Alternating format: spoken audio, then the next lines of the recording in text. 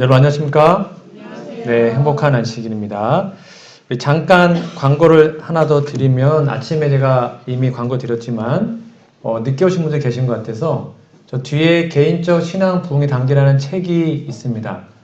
이건 개인당 한 권씩 혹시 믿지 않는 남편이나 배우자가 있어도 한 권을 더 가져가셔도 됩니다. 그러니까 한 가정당 2개씩 가져가시면 되겠고요. 이건 저희 개인적으로 목회부에서 준비해서 드리는 선물입니다. 그래서 아까 아침에 설명드렸지만 혼자 읽어도 좋고요. 가급적 파트너끼리 2-3명씩 함께 읽으면 정말 좋은 책입니다. 그래서 여러분 꼭 읽어보시고 정말 늦은비 운동, 이 마지막 시대 늦은비 운동에 우리 교회가부터 함께 참여하고 함께 동참하는 그런 시간이 되었으면 좋겠습니다. 꼭 가져가셔서 그냥 그게 꼽아놓지 마시고 꼭 읽어보시면 좋겠습니다. 이 책은 제가 추후에 또 한 번 더 설명을 드리도록 하겠습니다. 오늘 함께 나눌 말씀의 제목은 겨울이 오기 전에 라는 제목인데요. 그럼 성경책 디모데후서 4장 6절에서 21절에 있는 말씀을 함께 펴놓으신 상태로 하나님의 말씀을 들으시면 좋겠습니다. 디모데후서 4장 6절에서 21절에 있는 말씀입니다. 정말 시간이 빠른 것 같습니다. 제가 여기 영월 온 지 얼마 안 된 것 같은데 벌써 이제 10월 말 1년이 다 돼갑니다. 2021년도 이제 약 2달 남았네요. 그렇죠? 오늘 30일이니까 11월, 12월 2달만 지나면 2021년도 역사 속으로 사라지게 됩니다. 여러분, 올해의 마지막을 향하여 가면서 우리 모두가 해야 할 중요한 일들이 참 많이 있겠지만 여러분들은 어떤 일을 하시면서 겨울을 좀 준비하고 맞이하고 싶으십니까? 오늘은 우리들의 인생의 겨울을 맞이하기 전에 우리가 해야 할 일이 무엇인지를 좀 살펴보고자 합니다. 오늘 본문을 조금 설명을 드리면 이분이 사도 바울이란 분입니다. 오늘 본문이 기록되어 있는 디모데 후서는 사도 바울이 디모데라는 자신의 영적 아들에게 편지를 쓴 겁니다. 그래서 디모데 후서라 그러는데요. 이 디모데 후서를 쓸 때 바울의 나이가 몇 세였는지 아십니까?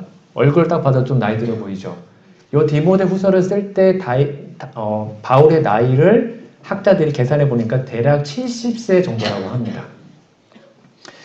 그는 자신의 순교의 시간이 가까이 이른 것을 깨닫게 됩니다. 지금 감옥에서 쓴 겁니다. 감옥에서.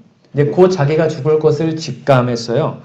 그래서 디모데에게 아들뻘이니까 정말 유언과도 같은 정말 중요한 구절을 쓴 것이 디모데 전서와 후서입니다.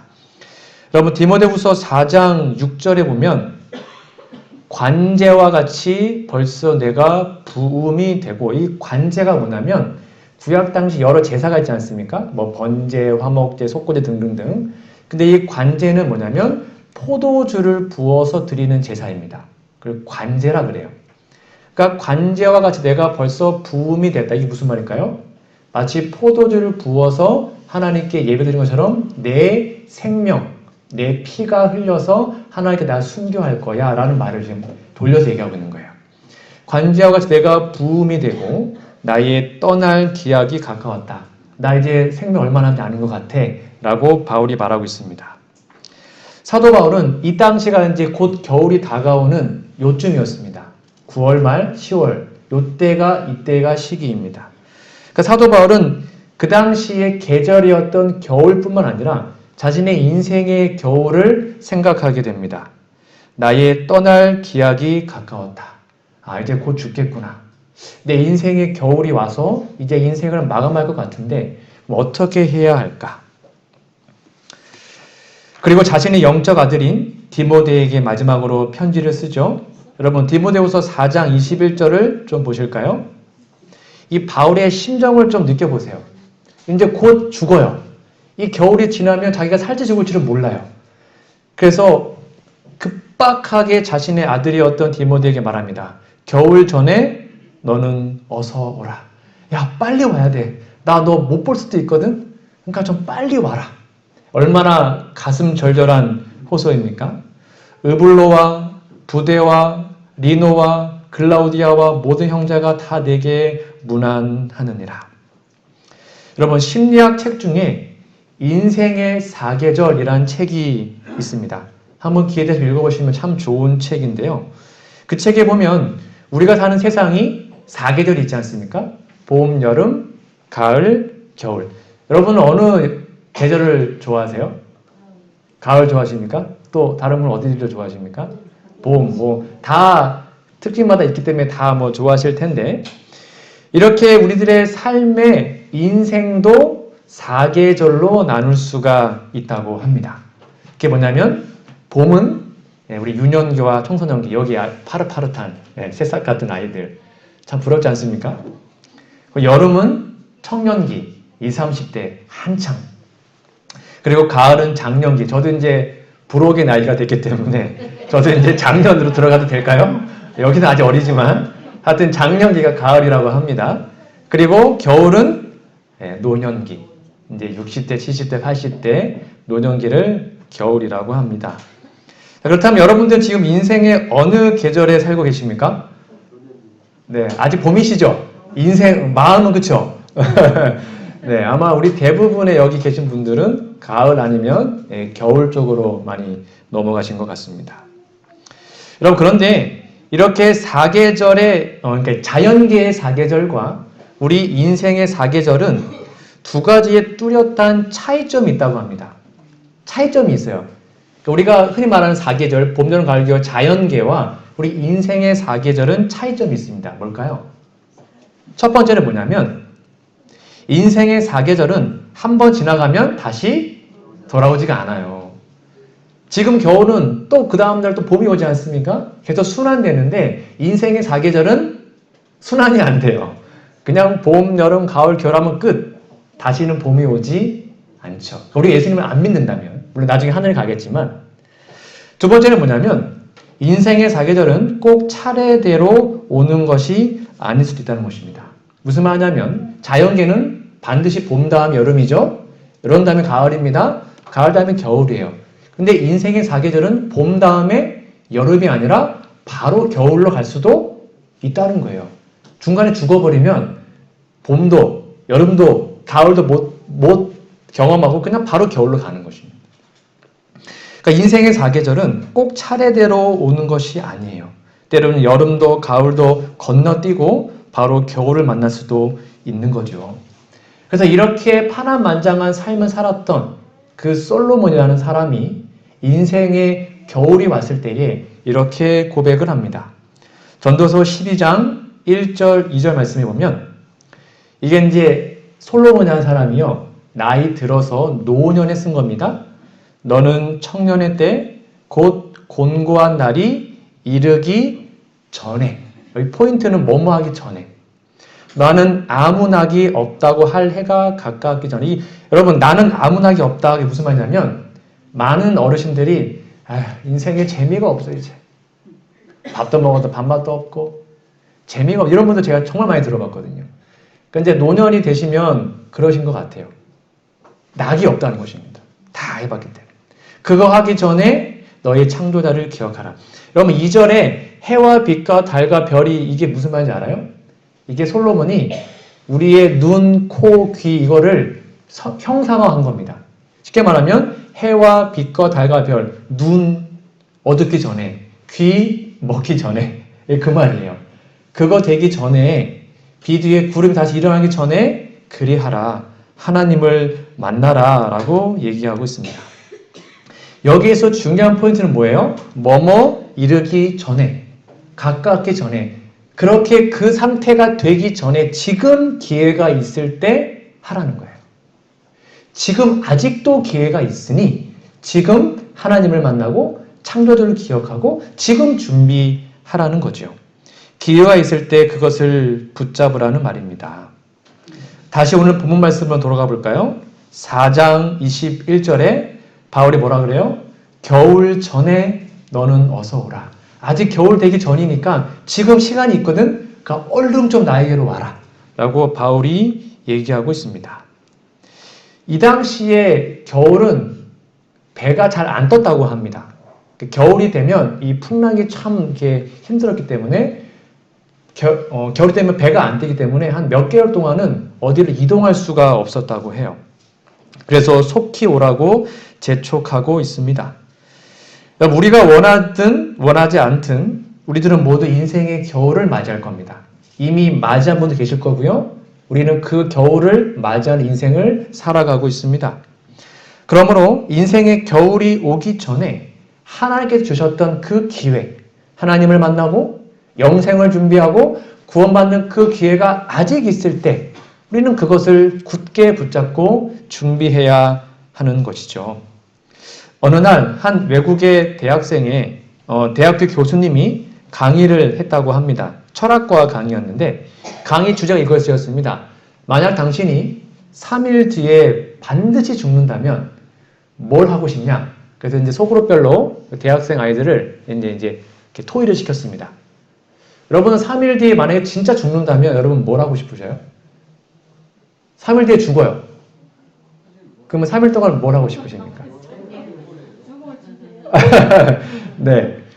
그래서 그 대학생들이 막 한참을 막 하게 토의한 다음에 발표를 했는데 그 발표를 요약하면 다 공통된 게 많아서 요약하면 3가지였다고 합니다. 첫 번째, 부모님을 찾아뵙는다. 아직 그 대학생들이니까 평소에 잘 못 갔으니까 죽기 전에 그럼 부모님을 찾아뵈서 사랑한다고 하고 하겠다. 두 번째, 사랑하는 사람과 여행을 간다. 너무 아쉬우니까 마지막으로 이별 여행을 가겠다. 그리고 세 번째가 다투거나 싸우던 사람과 화해하고 용서를 구한다.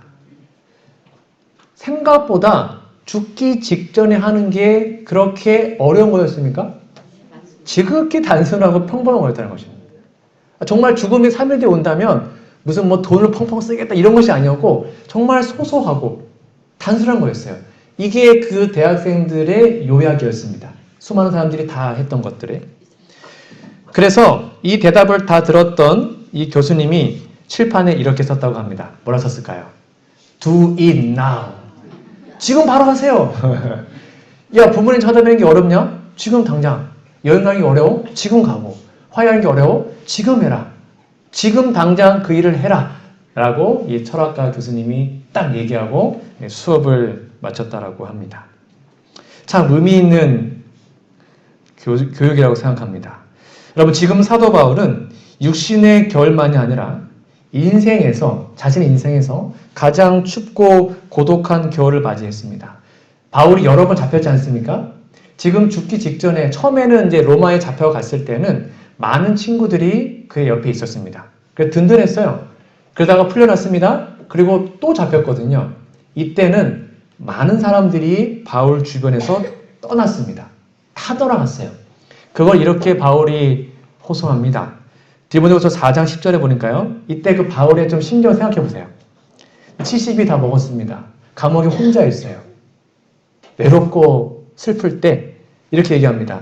데마는 이 세상을 사랑하여 나를 버리고 데살로니가로 갔고 그레스게는 갈라디아로 디도는 달마디아로 갔고 누가만 나와 함께 있느니라. 다 떠난 것입니다. 젊었을 때 일 한창 할 때는 주변에 사람 많다가 이제 노년이 되고 감옥에 혼자 잡혀 있는데 옆에서 좀 이렇게 힘을 주고 용기 주고 함께 할 수 있어야 해야 되는 사람들이 다 떠난 거예요. 바로 얼마나 마음이, 물론 믿음이 충만했겠지만 인간적으로 얼마나 마음이 섭섭했겠습니까? 누가만 나와 함께 있다. 그리고 이렇게 얘기합니다. 네가 올 때, 디모데야, 너 올 때 좀 마가를 좀 데리고 와라. 저가 나의 일에 유익하다라고 얘기를 합니다. 혼자 남아있다는 외로움, 그것이 바울을 더욱더 힘들게 했습니다. 더욱더 춥게 만들었습니다. 그리고 그의 인생을 되돌아보면서 디모데에게 했던 말이 뭐예요? 야, 너 올 때 마가 데리고 와.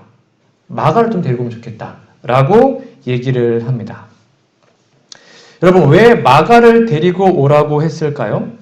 왜 하필이면 콕 집어가지고 마가를 데리고 오라고 했을까요?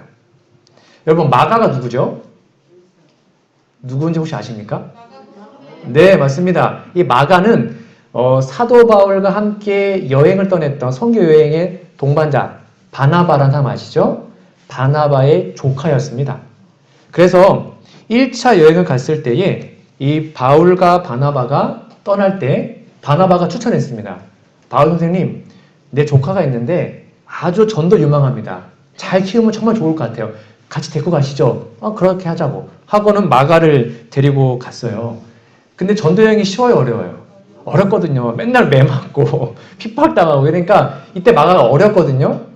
그러니까 그런 일 몇 번 당하니까 이게 힘든 거예요. 못 하겠는 거야. 삼촌 나 못할 것 같아. 나 돌아갈게. 하고는 중간에 돌아갔어요. 마가가. 그 선교여행 가다가 돌아간 것입니다. 그러니까 이렇게 대쪽 같았던 바울 볼 때는 저희 정신 상태하고는 마가를 아주 혹독하게 대했습니다. 쟤는 안 돼. 쟤는. 그래서 2차 선교여행 때 바울이 떠날 때 바나바가 또 데리고 가자 그랬어요. 바울 선생님, 걔 그때 좀 어려서 그렇고 이제 좀 준비된 것 같거든? 또 데리고 가자. 그러니까 바울이 안 된다! 하고 대파 싸웠죠. 그래서 갈라졌습니다. 그러니까 그 정도로 바울이 마가를 아주 호되게 혼내고 막 뭐라 했던 게 마가였습니다. 근데 그 후에 마가가 다행히도 다시 열심을 내고 회개를 하고 잘 준비되어서 베드로를 위한 일을 하고 결국 마가복음의 저자가 되었어요. 그러니까 이 로마 감옥에서 이제 인생의 겨울을 맞이하면 내가 곧 죽을 것 같은데 내 삶을 돌아보면서 떠올랐던 인물이 누구였다는 거예요? 마가였어요. 내가 그때 뭐라 했을 때 얼마나 마가가 마음이 아팠을까. 집단에는 잘한다고 한 건데 아직 어렸는데 얼마나 마음이 아프고 힘들었을까.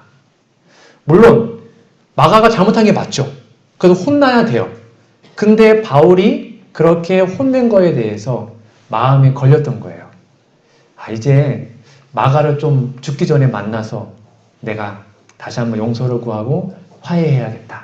그래서 마가 데려오라고 말한 것입니다. 디모데에게 마가를 데리고 오라. 저가 나의 일에 유익하니라. 여러분, 생각보다 많은 사람들이 바울처럼 생각합니다. 쉽게 말하면 누군가가 나를 화나게 만들면 내가 화를 낸 거에 대해서 나는 잘못 없다고 착각을 합니다. 무슨 말이에요? 그 인간이 잘못했으니까 나한테 욕먹어도 싸지 하고 그 인간이 잘못했으니까 나는 그 사람한테 욕해도 되고 화내도 돼. 난 잘못 없어. 그 인간이 나를 그렇게 만든 거야. 그렇게 생각보다 많은 사람들이 착각을 합니다. 정말 그럴까요? 아닙니다. 만약에 그 사람이 잘못했다고 쳐도 내가 그 사람에게 화를 내는 순간 나도 똑같은 죄를 지은 거예요. 근데 그걸 많은 사람들이 몰라요. 나는 잘못 없고 걔가 잘못해서 나 열받게 했을 때 나는 화낼 자격이 있어. 그렇지 않습니다. 여러분, 바울도 마가가 잘못했으니까 화낸 것 당연하다 생각했어요. 마가가 잘못한 게 맞잖아요. 그런데도 바울의 마음에 그게 걸렸던 것입니다. 그래서 내가 회개하고 용서해야지. 여러분, 마찬가지로 우리가 누군가와 혹시 싸웠다면, 감정이 상했다면 그거 어찌할 수 없죠. 이미 엎질러진 물입니다. 그럴 수 있습니다. 우리도 죄인이기 때문에 누군가 다툴 수 있고 싸울 수 있어요. 그러나 그런 모든 것이 혹시 발생했다면 이제 우리는 그들에게 찾아가서 다시 한번 용서를 구하고 화해를 해야 합니다. 우리의 인생이 겨울이 오기 전에 말이죠. 생각보다 많은 사람들이 관계가 불편한 사람들이 있음을 알고 있습니다. 특별히 가까운 사람들하고 우리의 친척이나 가족이나 아니면 우리의 성도들이나 교인들이나. 여러분, 그런데 먼저 사과는 뭐가 좋냐면 그 공을 넘기는 것입니다. 내가 사과를 하잖아요? 그러면 이제 사과를 받고 안 받고는 그 사람 책임입니다. 그렇죠? 공을 넘겼습니다. 그 사람 사과를 안 받으면 저 상관없어요. 저는 진심 사과했기 때문에. 그래서 바울은 다시 한번 마가를 부르고 싶었던 것입니다. 여러분, 여러분의 인생의 겨울이 다가올 때, 여러분이 죽기 전에 여러분이 꼭 만나야 할 여러분의 마가는 누구입니까? 다시 한번 화해하고 용서를 구하고 다시 한번 진심으로 그 관계를 회복하고 싶은 여러분의 마가는 누구입니까? 다시 한번 호소합니다. 인생의 겨울이 오기 전에 여러분의 마가를 찾아가서 화해하고 서로 용서하게 되기를 간절히 바랍니다. 그래서 겨울이 오기 전에 김장독을 덮듯이 여러분의 인생의 겨울이 오기 전에 모든 허물을 덮어주는 그러한 놀라운 아름다운 모습이 우리 안에 있기를 간절히 소망합니다. 미국에 클라렌스 맥카트니라는 개신교 목사님이 계십니다. 이분이 1915년부터 매년 지금 10월 중순 또는 11월 초순 이때가 되면 똑같은 설교를 40년 동안 했다고 합니다. 무려 40년 동안이나 같은 설교를 했는데 1년에 한 번씩 딱 요 시기에 했다고 합니다. 이때 이분이 설교를 하게 되면 거기에는 수많은 사람들이 그 교회에 몰려들어서 그 설교를 들었대요. 그리고는 은혜를 받고 목사님 이 설교 내년에 한 번 더 해주세요. 그리고 또 누군가를 데리고 옵니다. 목사님 이 설교 아직도 못 들은 사람이 있어요. 한 번만 더 해주세요. 그렇게 하다 보니까 무려 40년 동안 1년에 한 번씩 같은 설교를 반복했대요. 그 설교 본문이 오늘 본문이었다고 합니다. 너 겨울 전에 속히어라.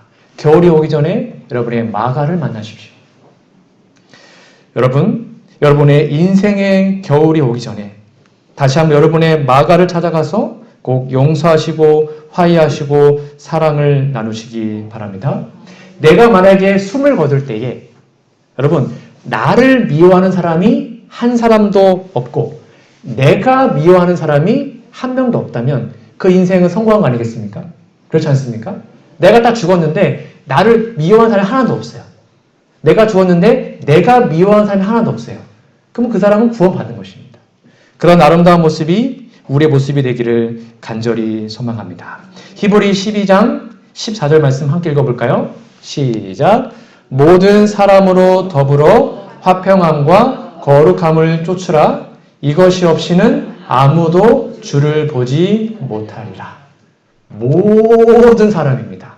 모든 사람 더불어 화평함과 거룩함을 쫓는 우리 모두가 되기를 간절히 바랍니다. 오늘 본문 말씀이었던 디모데후서 4장 13절을 좀 보도록 할까요? 내가 올 때에 디모데에게 말하는 겁니다. 드로와 가보의 집에 둔 겉옷을 가지고 오고 또 책은 특별히 가죽 종이에 쓴 것을 가져오라 라고 얘기합니다.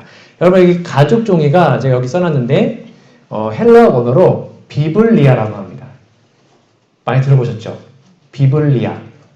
이 성경책이 영어로 바이블 비슷하죠? 예, 이 비블리아에서 왔던 영어 단어가 바이블 성경이에요.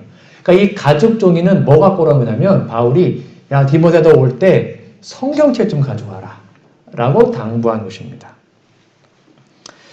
여러분 이 사도 바울이 그 당시에는 성경이 이제 두루마리로 되게 돼서 무거웠었대요. 그렇기 때문에 가지고 다니기가 좀 힘들었고 잘 아는 집에 그걸 맡겨놨다고 합니다. 그러니까 바울이 죽음이 가까움을 느꼈던 이 사도 바울이 죽기 전에 다시 한번 성경 말씀을 깊이 연구하고 보고 싶었습니다. 그래서 디모데에게 말하기를 야 너 올 때 성경책 좀 갖고 와. 바이블 좀 챙겨와 라고 얘기를 한 것입니다. 여러분의 인생의 겨울이 가까우면서 여러분 무언가를 마음껏 할 수 없는 때가 온다면 여러분은 마지막으로 무엇을 하면서 여러분의 인생을 마무리하고 싶으십니까? 바울처럼 우리의 인생의 겨울이 가까울 때 아무리 바빠도 그동안 바빴다는 핑계대로 우리의 말씀 연구 시간을 소홀히 했다면 우리의 마지막 노년에 다시 한번 말씀으로 돌아가야 하지 않겠습니까? 여러분의 인생을 끝내기 전에 정말 말씀 연구에 깊이 있는 경험이 다시 한번 우리 안에 회복되기를 간절히 소망합니다. 정로의 계단 112페이지입니다. 사도 바울은 말하기를 하나님께서 우리를 흑암의 권세에서 건져내사 그의 사랑의 아들의 나라로 옮기셨다고 하였다. 그는 내가 필요하였던 그 도움을 예수에게서 찾았다. 모든 부족한 것이 보충함을 받았고 내 심령의 주님이 체험을 받았으니 이제부터는 성경이 내게는 예수 그리스도의 계시가 된다. 그대들이 내가 왜 예수를 믿는지 묻는가? 이는 그가 내게 구주가 되시기 때문이다. 그 다음 같이 읽어볼까요? 또 내가 시작. 또 내가 왜 성경을 믿는지를 묻는가? 이는 성경이 나의 심령을 향하여 말씀하시는 하나님의 음성인 것을 알았기 때문이라고 증거할 수 있는 것이다. 아멘. 성경 말씀이 지금도 살아계신 하나님께서 오늘날 나의 마음에 직접적으로 말씀하신 하나님의 음성임을 알기 때문에 나는 성경을 읽고 연구한다 라고 바울이 고백했던 것입니다. 여러분, 제가 혹시 여기 부임했을 때 했던 설교 기억나십니까? 기억 안 나십니까? 제가 그때 이렇게 흔드시면 제가 마음이 아픈데 네, 제가 그때 이 영상을 좀 보여드렸습니다. 중국의 말씀을 사랑하는 사람들 기억나셔야 되는데 자, 잠깐 보여드릴게요.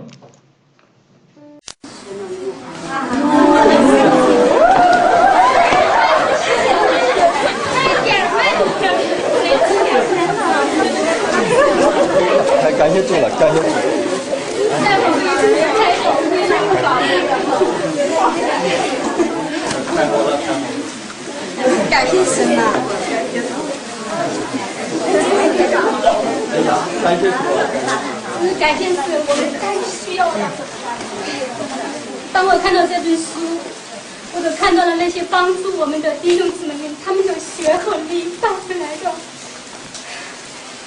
这是我们教会这个时候最需要的，真是我们最需要的书。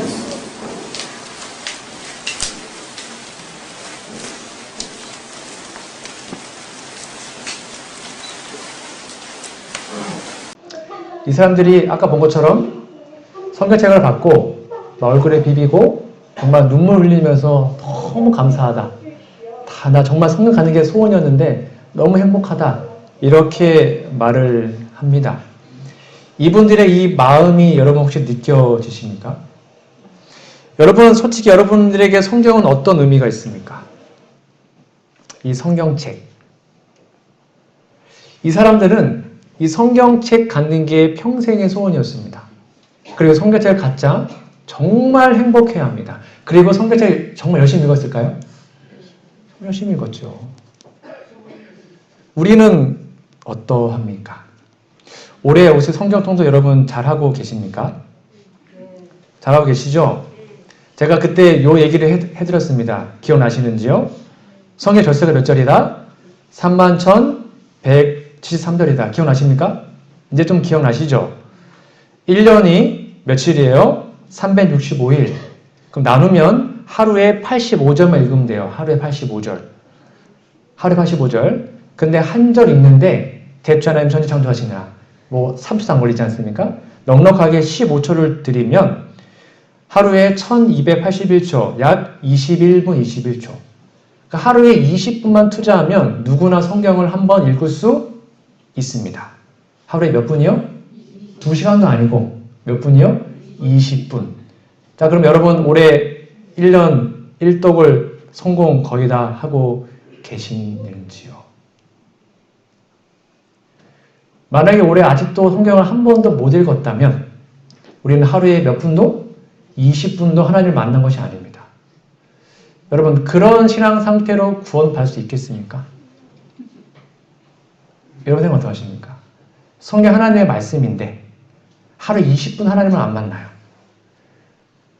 그러고 구원받을 수 있을까요?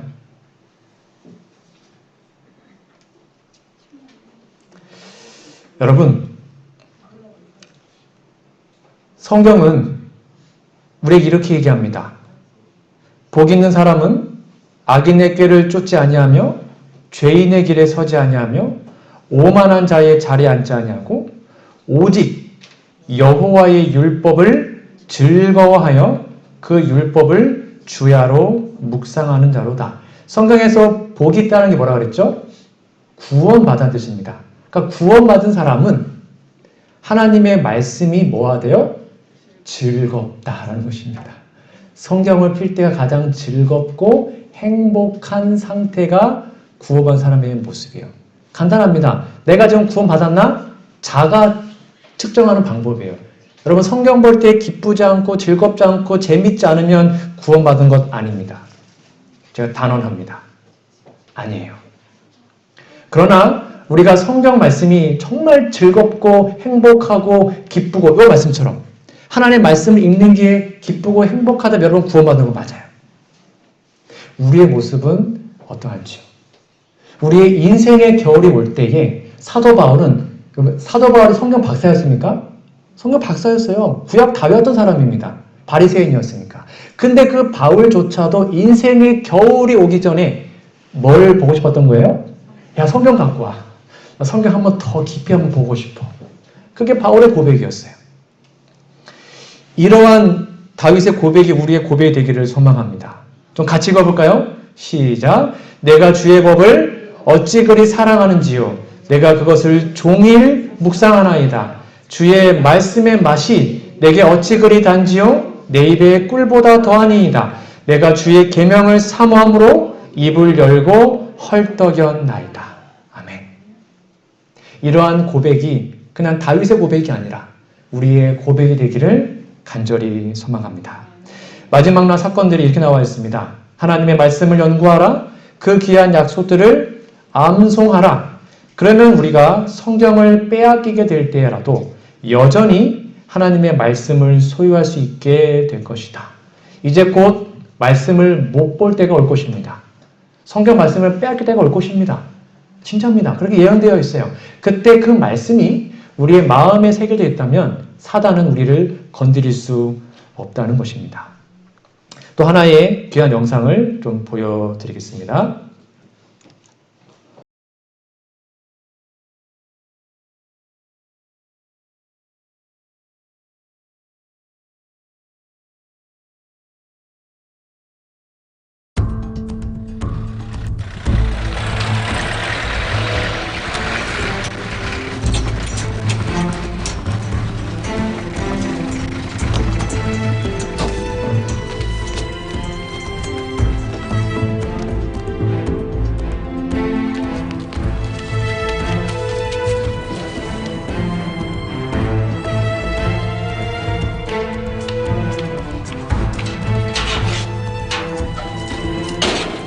I am in prison for telling others about Jesus.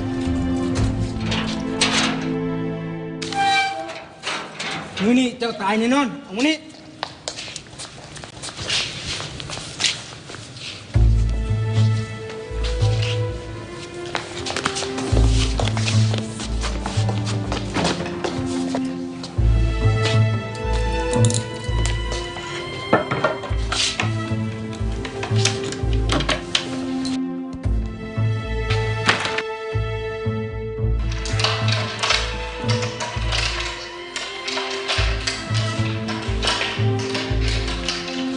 Hei,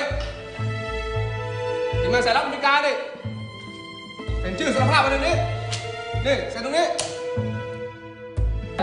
โกหกทำไมสารภาพยิงคุณเองไหนพระเจ้าของคุณเป็นคริสเตียนอ่ะช่วยตรงนี้สิสารภาพมา I don't know why they didn't shoot me. The interrogations are the only time I am out of solitary. ไม่ต้องการคนเป็นคริสเตียน I am losing hope and fear I have been forgotten. คริสเตียนคือ CIA รู้ไหม I recite Bible verses to myself, but the words are getting harder and harder to remember. I can handle the torture, the starvation, but I desperately need my Bible. Every day I pray over and over for God to give me a Bible.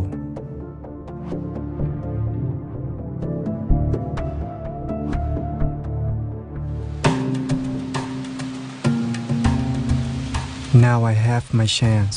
The interrogations have ended, and the guards trust me to go into the jungle to gather firewood. Working as fast as I can, I will collect 2 days' worth of firewood.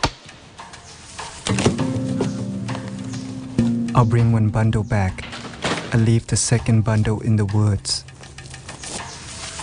This is what I need to do. It is very risky, but God is answering my prayer. I will risk everything to have a Bible.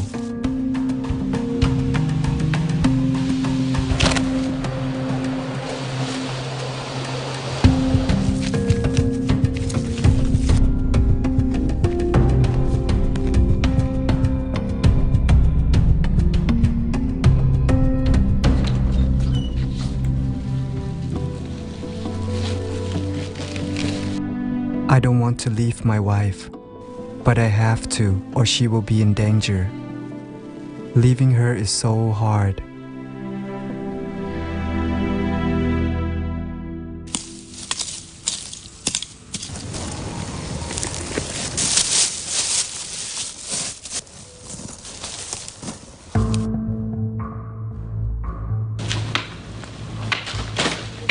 God has answered my prayer.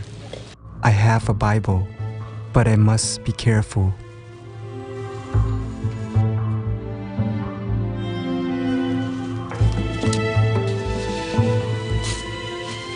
They found my Bible, เพลงบ้าบอแล้วที่อ่านว่าเพลง but I would not give up. เพลงมึงอ่านทำไมอะเหรอมีปัญหาตลอดเลยพระเจ้าอยู่ไหนอะรู้เรื่องมึงเล่นเหรอโอ้ย I will bring in more Bibles. I will read God's Word every chance I get.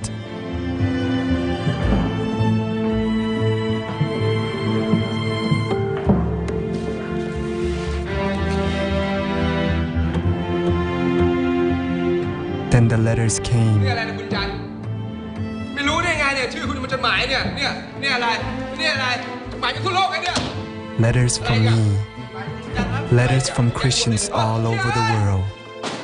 God not only answered my prayer for a Bible, He let me know I am not forgotten. อย่าตะคุกเพราะว่าอามาคนทั่วโลกและฮับเนืองโอแล้วเอาเพื่อนพระคัมภีร์โอนองยัดตุ่มเพาะตื้มตะคุก10 ปีโออ่านพึ่มพระคัมภีร์และพระเจ้านูนริยมโอแล้วก็สู้แล้วก็ขอบคุณพระเจ้าขอบคุณอนาพี่น้องทั่วโลกที่อธิษฐานอ้อนวอนเพื่อโอ้และก็หมู่คู่ที่น้องอยากตะคุกและก็ขอบคุณพระเจ้าขอบคุณพี่น้องทั่วโลก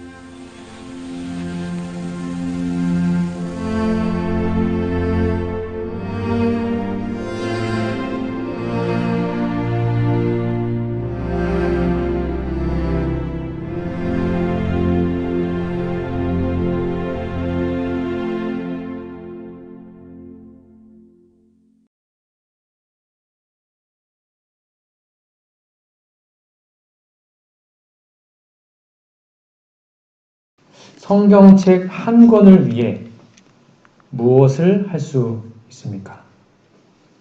여러분, 성경 한 권을 위해서 무엇을 할 수 있겠습니까? 이 사람은 성경책을 읽고 싶어서 제발 나 성경 갖게 해달라고 수년 동안 감옥에 하나님께 기도를 합니다. 성경 읽으면 사람들 좁힙니다.